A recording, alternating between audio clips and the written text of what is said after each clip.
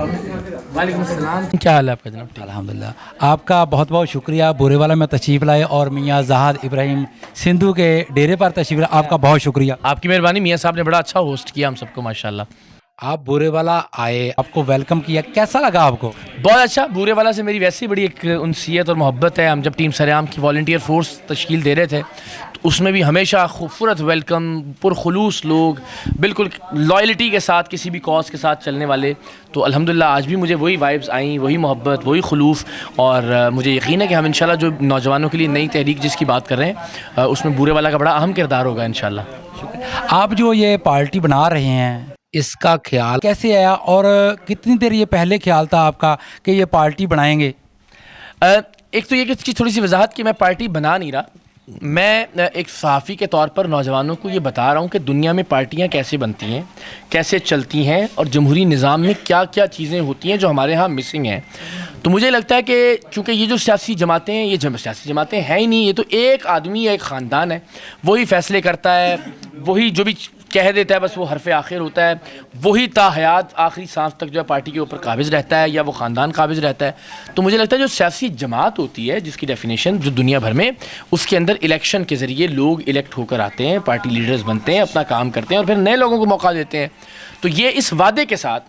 اس حلف کے ساتھ کہ میں کبھی پارٹی نہ بناؤں گا، نہ کوئی پارٹی میرے نام پر رجسٹرڈ ہوگی، نہ میں اس کا چیئرمین ہوں گا، نہ کبھی کوئی عہدہ لوں گا پارٹی میں، حکومت میں سرکاری کوئی عہدہ قبول کروں گا یا مانگوں گا، نہ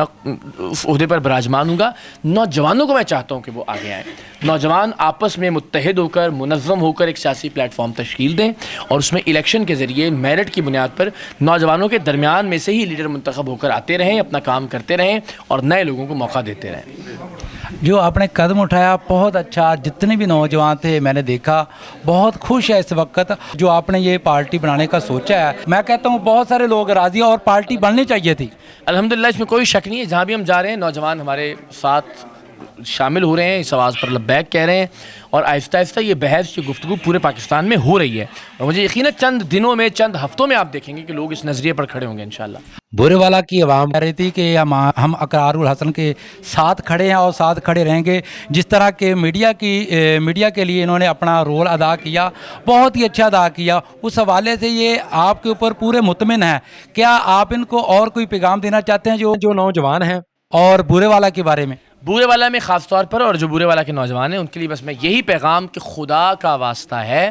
اپنے آپ میں لیڈرشپ کی صلاحیتوں کو پہچانیں، ان کو نکھاریں۔ یہ مت سوچتے رہیں ساری زندگی کہ ہم نے لیڈروں کی گاڑیوں کے پیچھے ہی بھاگنا ہے، یا ہم نے ان کے لیے جیوے جیوے آوے آوے کے نعرے لگانے ہیں، یا ہم نے جو ہے نا وہ صرف ان کے پوسٹر چپکانے ہیں اور ان کے لیے ٹویٹیں کرنی ہیں۔ اپنے لیے سوچئے، اپنے لیے جد و جہد کیجئے، اپنے لیے نکلیے۔ اللہ کرے آپ میں سے کوئی نوجوان انشاءاللہ پاکستان کا وزیر اعظم ہو، آپ میں سے کوئی نوجوان اس پارٹی کا جس کا ہم خواب اور خیال پیش کر رہے ہیں اس کا چیئرمین ہو، اور اللہ کرے کہ بورے والا کو آپ ریپرزینٹ کریں پاکستان میں بھی اور پاکستان سے باہر بھی انشاءاللہ۔ آپ کے خلاف جو سوشل میڈیا پر جھوٹے بے بنیاد پروپوگنڈے کر رہے ہیں ان کو کوئی پیغام دیں۔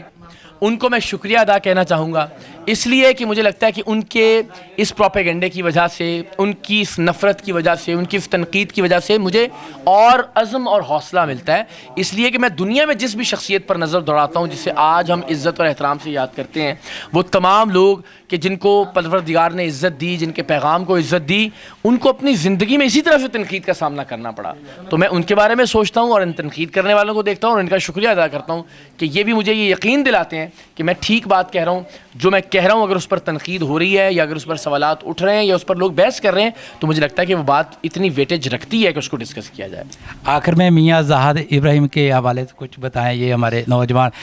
صدر پراپرٹی ڈیلر رہے ہیں ادھر۔ ماشاءاللہ میاں صاحب سے میری ظاہر ابھی پہلی ملاقات، لیکن مجھے وہ جو ایک بڑی عاجزی، بڑے منکسر المزاج، بہت مہمان نواز، بہت محبت کرنے والے، جس طرح آپ سب کی سیلفیاں بھی بنوا رہے ہیں، خود بیٹھ کے تصویریں لے رہے ہیں، تو مجھے لگتا ہے کہ یہ بڑی درویش صفت شخصیت ہے، اللہ ان کو زندگی میں ہمیشہ بہت عزت ہے۔ بہت شکریہ آپ کا۔